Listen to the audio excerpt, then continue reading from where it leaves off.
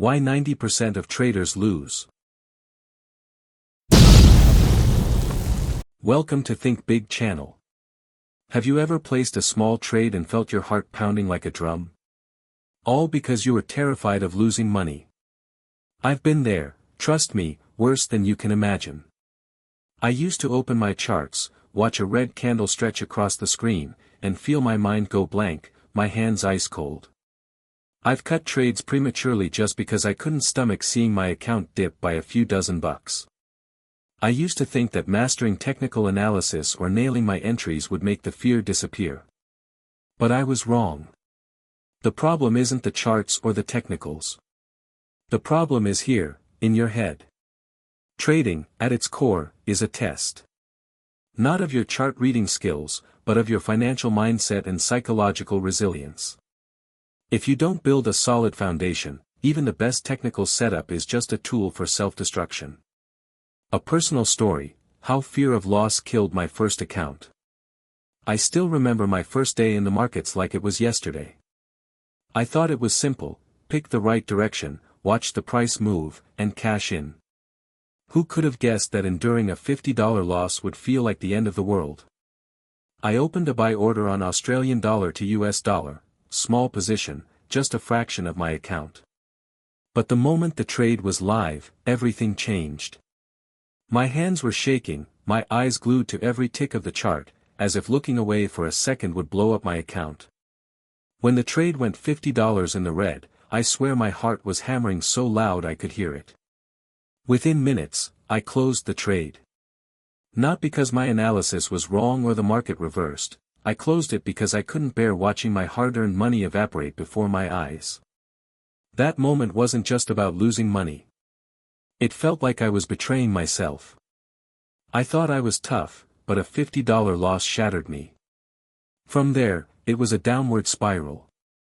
I was scared to enter trades, cut profits early out of fear the market would turn, and panic sold small losses, only to double down to make it back and lose even more.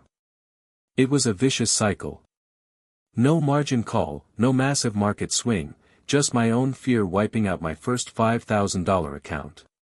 Trading stopped being a game of probabilities and turned into a psychological self-sabotage contest. The weaker your mental game, the faster you lose.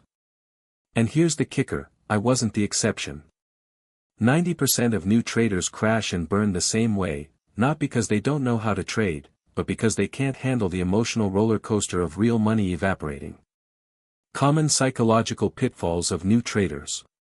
Trading sounds like it's all about analyzing charts and finding perfect entries, but in reality, it's a silent war between you and your emotions.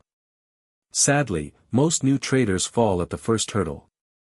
I know because I've been there, making every mistake a rookie trader could make.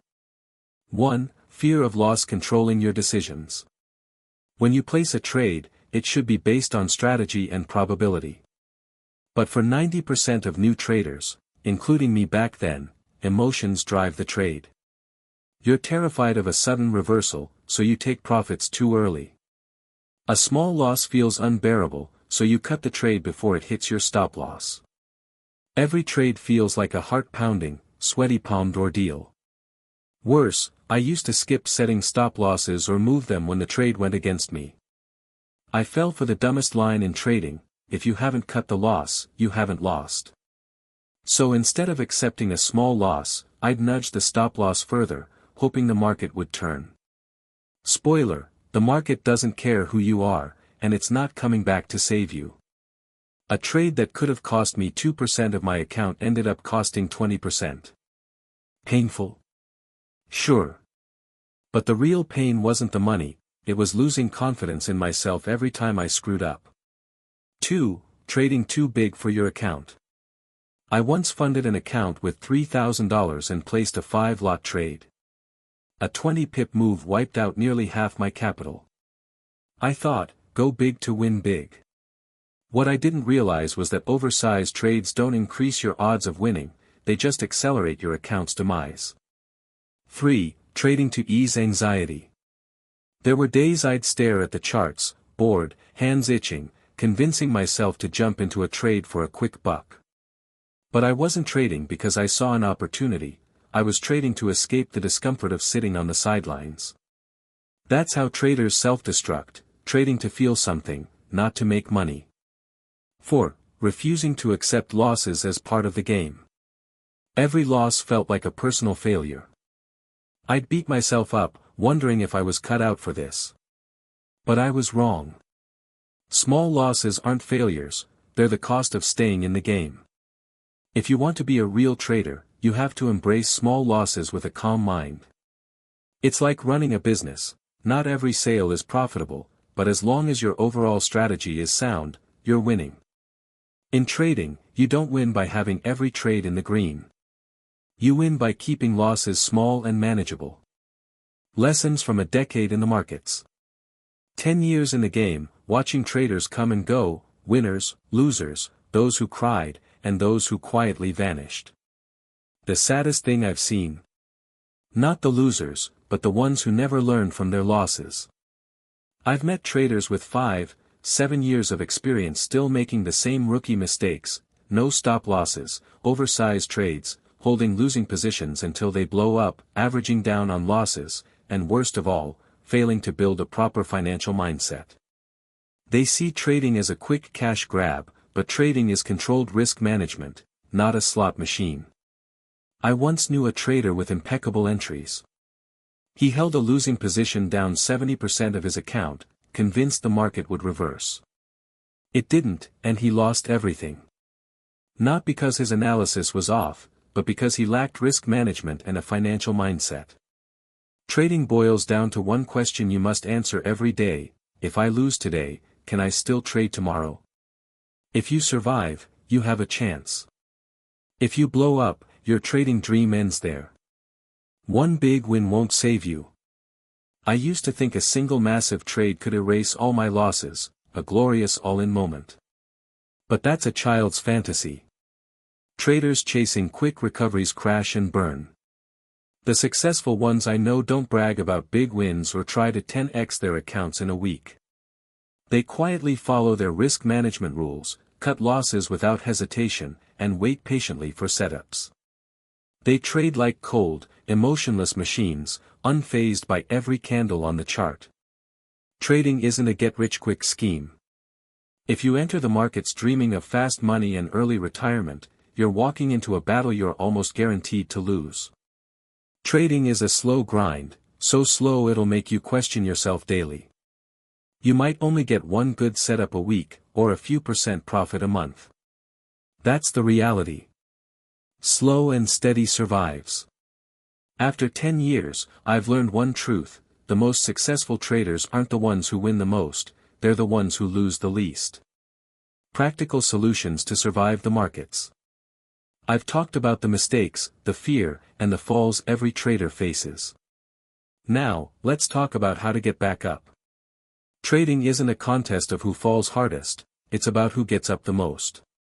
1. Embrace fear as a companion. Fear of losing money is normal. You're trading with real money, earned through real sweat. But fear is just a reaction, controlling it is a choice. Don't try to eliminate fear, live with it. When you place a trade, tell yourself, I know I could lose, but I've calculated the risk, and I'm okay with it. That's the first step to becoming a mature trader, trading with the ability to accept pain, not avoid it. 2. Trade small, use low leverage, and prioritize survival. Want to control your emotions? Trade so small that a loss doesn't faze you. On a $1,000 account, risk $10 or $20 per trade, not $100 or $200. Low leverage keeps psychological shocks at bay, letting you trade with a clear head. A loss should feel like the cost of your morning coffee, not a life or death blow. 3. Set stop losses and let them work. Stop losses aren't decorations. They're your account's lifeline. Set them, then leave them alone. If it hits, accept it. If you hit, take profit, celebrate, but never move your stop loss. Every time you adjust it, you're not just breaking your strategy, you're breaking your discipline. 4. Pick a simple trading system and stick to it. Stop chasing the holy grail of indicators or methods. Choose a system you understand, entry rules, exit rules, risk management, and practice it relentlessly. A mediocre system with a disciplined trader beats a perfect system with a scattered mind. 5. Keep an emotional trading journal. After every trade, ask yourself, did I enter this trade based on analysis or emotion? Why did I close it? What would I do differently next time? Trading isn't about winning one trade, it's about improving with every trade.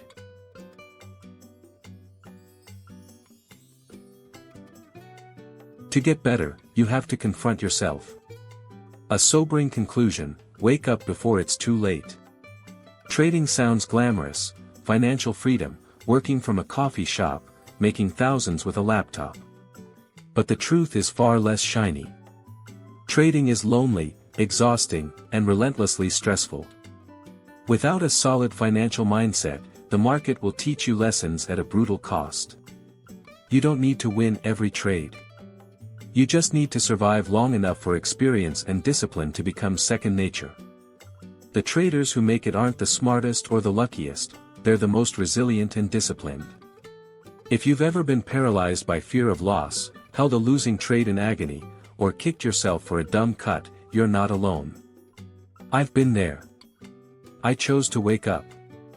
If you're ready to grow as a trader, not for the thrill, but for true freedom, share your story below. And if you know someone treating trading like a casino, send them this. You might just save their career before they're lost for good. Stay disciplined, stay resilient, and I'll see you in the next video. Because in this game, the one who survives is the one who wins.